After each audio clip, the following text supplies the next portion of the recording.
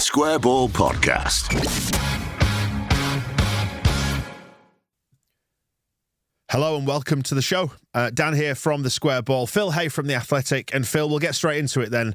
This is the show where we review the weekend's action, but once again we're in a situation where the football almost feels secondary to all the other stuff that's going on around it, and where do we even start? Hello, Daniel. Yes, it felt like that actually against Shrewsbury last week, and I know it was only the League Cup, so it was never going to get the same sort of look in as a Championship game, but there was so much going on round about that game with Max Aarons and Rodon, Willie Gnonto as well. The football was a little bit of a sideshow, which I think is harder to say about Birmingham away because the league games clearly have much more riding on them. But I think the fact that at the start of the game against Birmingham, you had the chance against Gnonto from the away end, told you that there's almost far more focus at the moment on what isn't on the pitch than what is. It wasn't a great game. I think that's being kind. There were parts of it that were dreadful. I sort of said at half time, it was kind of like a stone cold 0-0. That, I mean, it was as close, I think, to 0-0 as I've seen for a long time, on the basis that neither side really seemed to be creating very much. But Birmingham had a little bit of, I think, extra quality in Dembele on the left, who started to give Ayling a harder and harder time. They had the header from the corner that should have been scored, the late penalty, which I think definitely was a penalty. I suspect they'll probably feel that they did enough to edge the game. I don't think Leeds did enough to edge the game. But all round, a fairly poor contest. And not an irrelevance, but, hard to find a look in the conversations about what else is going on at Elland Road. Because the first thing you looked at was how weak the lineup is relative to what we've seen over the last few years. Weakest lineup in a number of years, do you think, that one? I think so, and I just don't think that's a team that's likely to get you much from a Championship game week to week. That was the general feeling in the press box, was looking at particularly the front four. There was very little chance of numerous goals from that. I think there's a difference as well between saying that a team isn't exactly as Farke would like it to be, and saying that it's a lineup that he would just not want to be fielding. A weird scenario where you've gone from having so many wingers, almost more wingers than you needed, to needing to play Jamie Shackleton on the right. But that was indicative of what was going on. The fact that Gnonto wasn't at Birmingham, we knew from the statement on Friday night from Leeds that he wouldn't because he'd asked not to travel. The fact that Sinisterra wasn't involved either.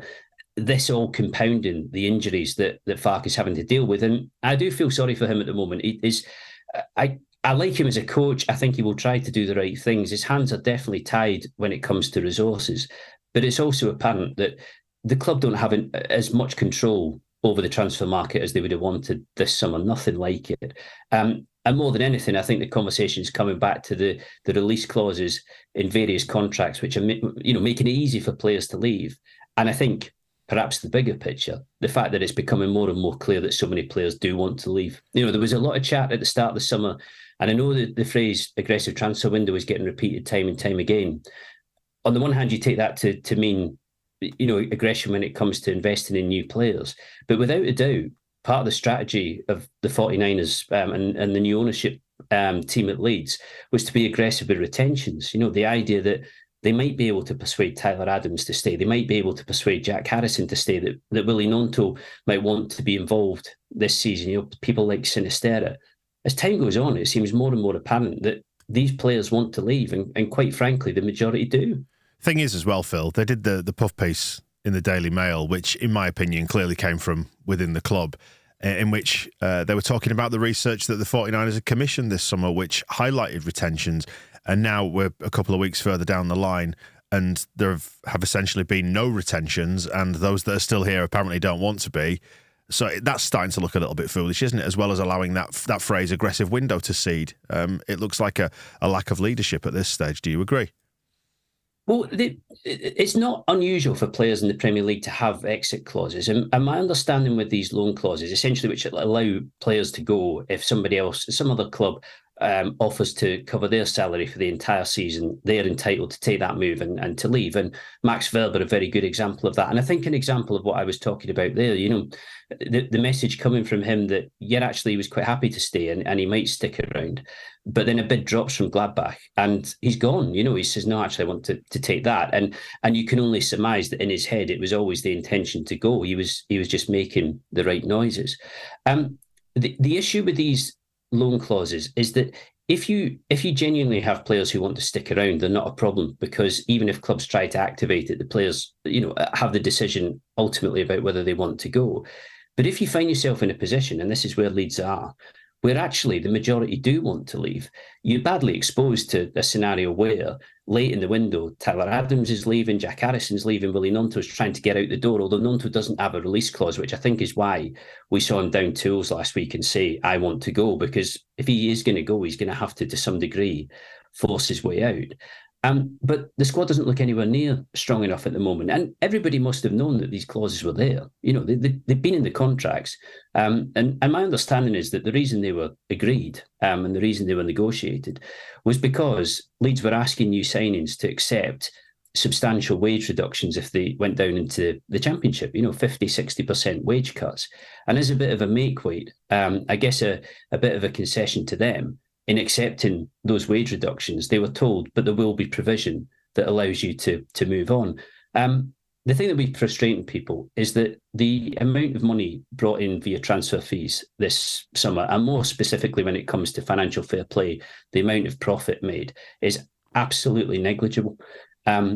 And it's very hard not to look at Southampton as an example, but also Leicester. And it's not as if everything's perfect at either of those clubs, but it's hard not to look at them and see the cash that has come in for various players. Lavia, the latest, who looks like he might pull in profit of close to £50 million for Southampton. And to feel that enhances their chances in a way that Leeds just can't do at the moment. Well, Southampton's going to be to the tune of, 90 million for FFP profit? It's going to be 70 million for Barnes and Maddison, Leicester. So they've both sorted out their finances in one fell swoop. And meanwhile, we're just giving everybody away for free. And when they gave away all these clauses, Phil, what did they think was going to happen? Well, it is the point. I mean, I'd be a little bit wary of saying that it sorts Southampton and Leicester out. I mean, it can't do any harm, and in Southampton's case in particular, it must help in a big way. But it's not as if they won't have financial liabilities and other things coming down. But the fact remains, they are pulling in substantial fees for players who are clearly worth a lot of money and who they're able to to make good profit on. And I'm the same with you. I think it does beg the question of, did people think that they would never have to confront these clauses because they would never go down? Did they plan enough for this summer that, for the eventuality that somebody like Adams, Harrison, at very late notice says, no, actually, I want to go, because that's what's, essentially what's happened with Harrison. And I think, whereas with some of the other players, they will probably take a lot of criticism for this. I think with Harrison, even though there'll be annoyance about the fact that he's gone, I think you can look at him and say that he has done a good shift for Leeds over the years and was a big part of that promotion team. But it seems to me, looking at it now, that it would have made much more sense to have been clear several weeks ago about who was minded to stay, who was minded to leave, and to ask the players to be absolutely upfront so that you know where you stand. Well, they gave Harrison a new contract, a matter of only months ago, and they put a relegation release clause in it and a loan release clause in it when we were gurgling around the plug hole already, which looks like an absolute masterstroke. I think, though, for somebody like Harrison, it'd be very hard to have convinced him to have agreed to a new contract if there wasn't some sort of relegation provision in there. I think you have to see that from his point of view. And if you're asking for commitment from Harrison, I think you have to take into account what happened on deadline day when he was sent to Leicester and looked like he was going to get sold, even though he wasn't particularly asking for that move, and even though it wasn't his decision. That was kind of club politics behind that.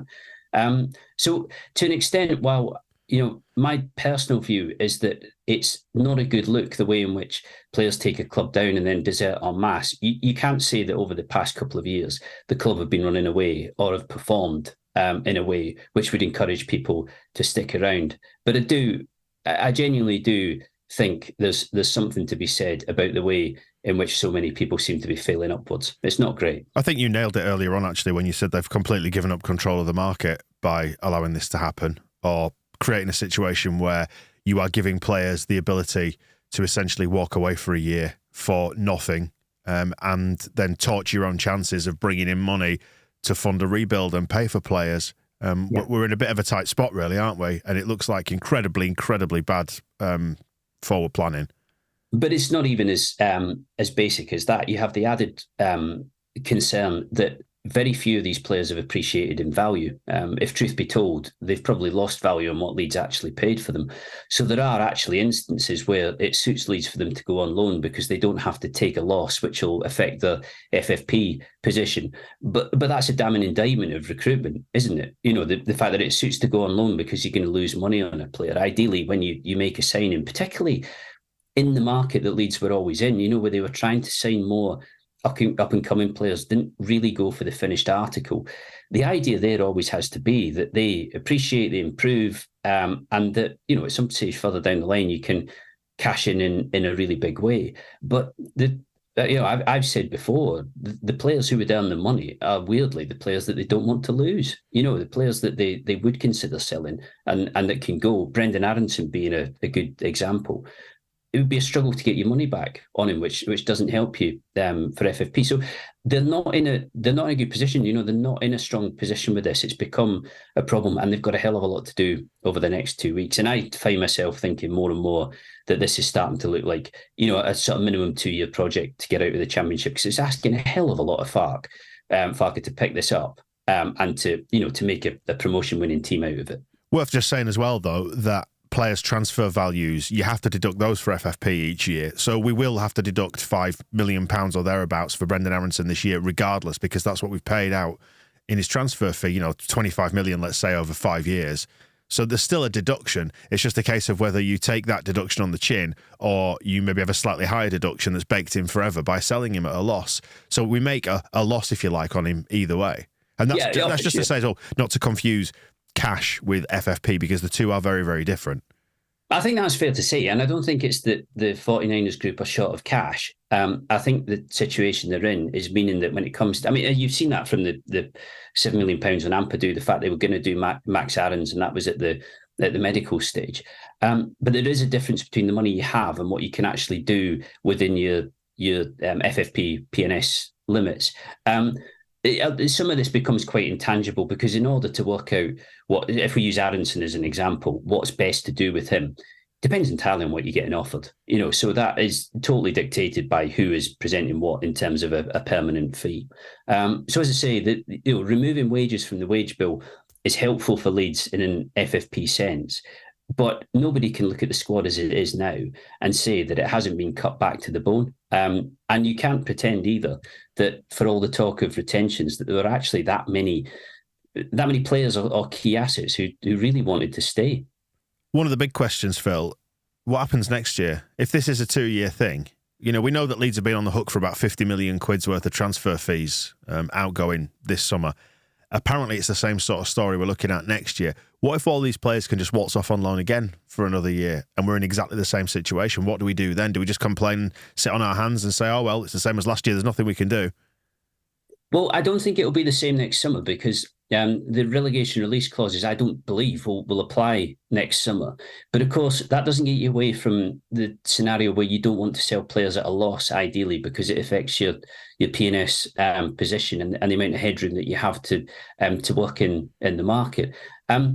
It's the reality of football, isn't it? If you get relegated, very often you get relegated with a poor squad on the basis that they've underperformed. The season before last, Leeds would have gone down with Calvin Phillips and Rafinha. They would have been two big assets, although my understanding was that they had relegation clauses in their contracts. I don't think loan related. I think it was for reduced fees. But in the end, the squad that has come down, that Leeds have, there are players in it that they can raise money from. But it's been tough for them to dig out significant transfer cash. And you're right, it's not an easy situation to turn around. And the clubs who tend to fare best in the Championship are usually, when they get relegated, are usually those that are able to keep some sort of framework of a pretty solid, strong side. At least Rafinha was professional enough to do his job and drag us over the line, even if it meant it hindered his the ease of his move to Barcelona, because they had to pay us more money than they would have got him for under a release clause. But when you contrast with Nonto, who's down tools, and as per your article on The Athletic, Phil, decided not to travel just as they were boarding the bus. I mean, what sort of behaviour is that? Well, I think as well with Rafinha, I guess you could criticise the fact that the Barcelona move seemed to be getting telegraphed from about February onwards. But he was very, very transparent when it came to wanting to go, and also the fact that he wanted it to be Barcelona that he was going to join. And mean, we've got an article in The Athletic about the complexity of that negotiation, and it was wildly complicated because of Barcelona's situation. But even though Chelsea were in the mix and trying to sign him, and Arsenal had a look and everything else, Rafinha was very, very, very, very clear in saying it has to be Barcelona. And likewise, Calvin Phillips, when push came to shove and Manchester City got involved there wasn't really any umming or eyeing. It was a case of, look, this is a move I really want to take. Whereas it seems to me that, right the way through the summer, how many times have you asked me, is Tyler Adams going to stay or does he want to stay? And I've sort of said to you, I'm not entirely sure. I'm really, really not certain. I couldn't say one way or the other. And even if there is a feeling in the background at Ellen Road that, we could convince him, what happens when you actually get to the push comes to shove stage, when decisions have got to be made, when clubs like Chelsea last week were in for him, looking at him, getting him in for a medical? What do players do? Quite often they do say, actually, do you know what? I want that move and I'm going to go. And the lack of ability to sell players this summer is a damning indictment on Victor Orta's recruitment, isn't it? It's a damning indictment. The fact that they just cannot get any value out of the players that we've spent tens of millions, in fact, hundreds of millions on since we've come back up. It's not even just that. It's the performances and the results last season, equally so. Damning indictment of the attempt to build a sustainable and credible Premier League team. 9th in the first season, scraped relegation. I still think very lucky to scrape away from relegation second season, and then went down in the third. It was like ever decreasing circles, and that is what leaves them now in a situation where, I've just been writing about this, but saying it's almost, not quite, but it's almost at the point where the one player who actually looks like staying at this stage is Ilham Melier, the keeper that they absolutely planned to sell and to make money on. It just hasn't gone. It hasn't gone to plan to this point. And I still maintain this. The verdict on the squad can only come when we, like in its entirety, can only come when we see what's actually been done by the time the deadline passes. But 2 weeks to go, and that's and a little bit more. But that's a really short period of time in which to do a lot of business. We always drop the O-bomb in here, don't we, and talk about optics, my favourite word. Yeah, my favourite word from Succession. But the optics on this is a Leeds United team that was put out at the weekend that's the weakest in years, a completely toothless attacking performance, just the second week of the season. I even joked to you over the weekend, half joked to you, that it's only taken a week to completely evaporate all my anticipation and excitement. When going into that Cardiff game, I was looking forward to seeing us getting into something new, something exciting. Even if it's a level below where we want to be, it's something to try and get behind again. But there's still nothing to get behind, is there? Because there's very little in the way of incoming. We've seen a couple that have come in, but it's this constant drip, drip, drip of players going out that's just completely damaging the morale of the fans and their trust in the club. And even the new ownership is now starting to look fairly weak. Whether it's their fault or not, I'm sure they would debate the merits of that. It doesn't look good, does it, in the eyes of the fans? It looks pretty terrible. Well, fortunately, your reserves of optimism are endless, so you will be back. But no, I know what you mean. I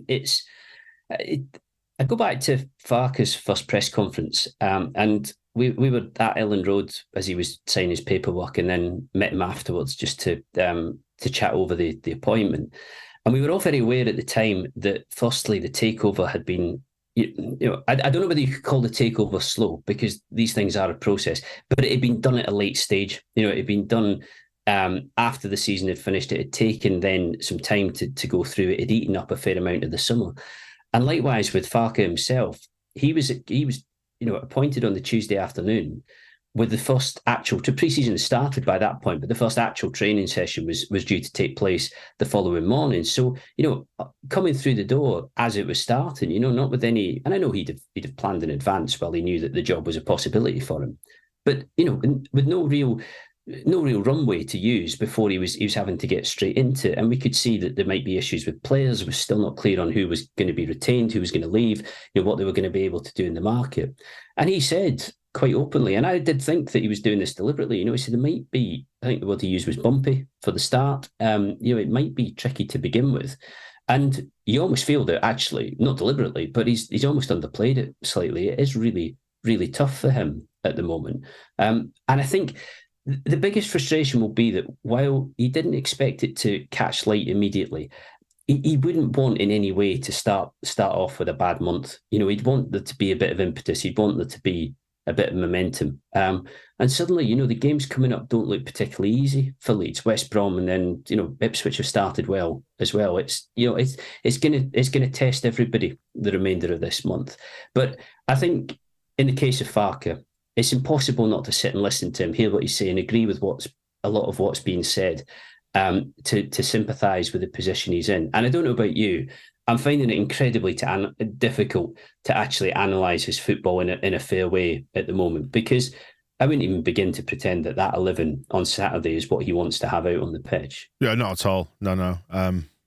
That's one thing I will say. It does feel like absolutely nobody is directing any of the negative attention on this to him, onto his shoulders. Not at all. No. How could you? No. I mean, it's there are situations in which you can judge a coach fairly, and they usually depend on the players who've been signed, the squad they have, what you realistically expect of it. But in this situation, there is an absolute limit to what you can ask of them. Come on then, Phil, give us some good news then. When does this start to settle down, and when does the tide start to turn? When do we get some incoming, some good news? Taking Gnonto out of the equation, because I think that is going to have to be dealt with in a totally different manner to others like Adams and Harrison, for example. There is no release clause. Our understanding is that he was going to train on his own now, and Farke, without naming him specifically, was brutally honest, I thought, on Saturday, in saying, if I have this where somebody doesn't want to play for us, then he just won't train with us, he won't be in our dressing room, he'll be off on his own. So that's a scenario there, which means that Leeds have to make this decision about what they do with him. Do they say to him, this is what you can go for, find yourself a club, and if they pay that money, you can leave? Or do they actually make him stick around? I don't know, try and find a way to resolve this in a way that lets him come back into the team, although I don't think he'll have been deaf to what was going on at St Andrews on Saturday, particularly with the away end. There was a lot of anger towards him there. But I do feel that we are going to have to get ready for more potential exits before we see incomings, because it does feel as if there's a lot going on with Adams. It does feel as if there's a lot going on with Sinisterra. After that, there surely has to be an influx. There just has to be. And I think Farke will be making that point himself, that, the kind of time for waiting and, being strategic or whatever else is almost gone now. It's got to be business. Surely not. Surely this can't be a strategy to allow the squad to become so threadbare. Surely they need to be more proactive with this, because if there's going to be more outgoings, and yes, we're talking on Monday lunchtime when there's news of Sinisterra potentially going back to Feyenoord on loan and things like that. It looks terrible. It looks really terrible. I think as Rodon and Aarons proved last week, and I accept that Aarons didn't come in, it's not that they're not working on incoming transfers in the background, but they cannot get away from the pressure that's been put on them by the ability of players to go. So Everton triggered a release clause for Jack Harrison, and that deal just has to be done. That deal has to be processed, and that's how it feels with Adams as well. You do get the sense that he's decided that he does want to get himself back into the Premier League and doesn't want to stay here. Like you say with Sinisterra, there's talk of Feyenoord this morning, which I think for him would probably make sense. It seems like the sort of move you expected to come his way. But August the 14th, time is ticking rapidly. And as I say, every time we speak to Farke, he makes the point, I don't want to be speaking about outgoings. We can't be, focusing on that. But unfortunately, if you have, release clauses that mean that you have to address it, then there's nothing you can do. I mean, if Sinisterra does go back to Feyenoord on loan, is there a greater symbol of the failure of Leeds United to do this correctly than us shelling out 20-odd million quid on a player, getting, a dozen games out of him last season or something like that, and then him going back there on loan? I mean, I tweeted this morning from the Square Ball account, again, only half joking, like we might as well register as a charity at this point, because we're just giving everybody everything. Yeah, and again, there is a good footballer, Sinisterra, and this is what is so odd about the whole situation, is that en masse, you're not talking about every player being hopeless or having no value or having no talent. I always felt that the issue at Leeds was that for all that individually players might have attributes and skills and worthwhile things about them that made them worth spending money on, it was never built into a team. It was never built into a cohesive squad or a cohesive team that was going to produce enough in the way of results. And what's happening now is that the players who are going, it's not as if you're saying, well, they were they were useless or they were hopeless. Sinisterra has a lot of talent. You can see it in him. But again, falls into the category of people who evidently don't see themselves as championship footballers. And, just to touch on the release clauses, again, Farke was saying last week, in future, Leeds should never compromise themselves in that way, and pretty much said nobody who wants a release clause should be joining this club. It's a really commendable stance and it's an admirable stance, but you have to accept that players have an enormous amount of power in football, and by taking that stance, you will reduce the number of players that you can call and that you can approach, because there are plenty who would just not get into that discussion if they didn't have provisions which were protecting them. It's kind of sad but true, and the gist of my piece over the weekend was that you look for romance all the time in football. You really do. And you do find it from time to time between players and clubs, coaches and clubs and everything else. But so many people in the game are just passing through. And when it comes to who cares about your club, basically you do. That's the worst bit of this from a fan's point of view, isn't it? It's sucking up that we're basically dealing with a bunch of mercenaries who don't care. And you kind of kid yourself into thinking that they do, particularly when they caught the attention of the crowd on the pitch. But really, they don't, do they? Well, you must have seen the quote from Verba when he joined Gladbach, where he was talking about being a fighter on the pitch and this, that, and the other, talking about his own qualities. And Matthias Kliek, as he's becoming more and more prone to do, just replied with a laughing emoji, and I think that says it all. And I think the players who are going, while they can say, look, they have to look after themselves and they have to look after their own interests. And I totally get that. And to a degree, you have to accept it. I think they have to accept, too, that the reputation around here is not going to be great. And, there will not be that many going with the best wishes of people, because look at last season. Do you think the fan response to this has been proportionate? Because, fans always go in at the deep end when it comes to football, because it's an emotional, emotive sport for us, isn't it? We've got a very kind of deep-seated relationship with our football clubs, even if the idiots who are employed by them are not perhaps as attached to the organisation as we are. Is the response fair and proportionate, do you think? I feel like it is, actually, yeah. I mean, it's not unusual for kind of fan sentiment to get out of hand in transfer windows, and sometimes in ways that doesn't necessarily acknowledge the reality of how complicated or difficult they can be. But I think if you're asking people to sit and say, well, this is a good situation and this is ideal, and the fact that we don't really have any control over what these players can do is a good thing, then you're wrong.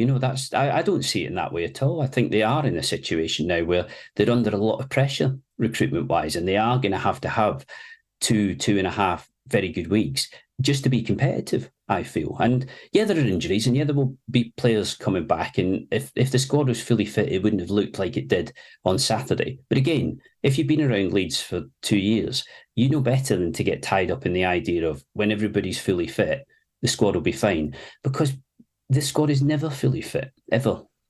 Just to return to a point you made a couple of minutes ago there, Phil, actually, in terms of players always wanting the insurance policy, the safety net of some sort of get out if there's a relegation happens. There are ways to do it though, aren't there? Like, you don't have to give them all a loan clause where they can all just piss off for free, basically, for a year and go and enjoy themselves. You do it with a transfer fee and you secure the club's future as well. So, there's nuance attached to all this, isn't there? There's ways to do it. You don't have to just bow to their every demand. And it feels like we've just bowed to their every demand and not looked ahead. There's been no forward planning to the consequences of it, which is a point I raised earlier. So possibly doesn't need labouring. But also, I suppose, to look at it slightly from their point of view, and as you were saying, nuance. If you're saying to a player, you get relegated, you have a 60% wage reduction, and we'll set aside the argument of whether players should just accept that anyway on the basis that the season's been a failure and they've been part of it. And there are many people who think that should be the case. But if you're saying to them, you take a 60% wage reduction, you can leave, but in order for you to leave, somebody's going to have to bid £25 million, say, just for an arbitrary figure. The player's reaction might be, but if nobody bids £25 million for me, then I don't have I don't have any route out. So the exit clause is effectively redundant. Whereas, it's not great, but if you have an exit clause that says if somebody bids for you on loan, you can go, provided they cover your wages, there's a virtual guarantee, isn't it, that you will at least have options out there. It's symptomatic of the fact that football is generally just weird and a bit of a mess, and quite a lot of what gets agreed is baffling to us laymen and us ordinary people in the street. But it's not great. It's not a good situation at all. Yeah, but with the greatest respect to the footballers, bollocks to them, Phil. And you're totally entitled to say that, yeah. On which charming note, we'll wrap it up then, I think, for today. Let's hope we get together towards the back end of the week with some positive news. Not quite sure when we're going to be recording because we'll sort of try and go after the press conference, we think, but we'll get that one out in time for Friday ahead of the game. Yes, yeah, it would be good. Well, strap in and we'll see what the rest of the week brings, eh? Yeah, like you say, let's hope for some good news. We'll see you soon. The Square Ball Podcast.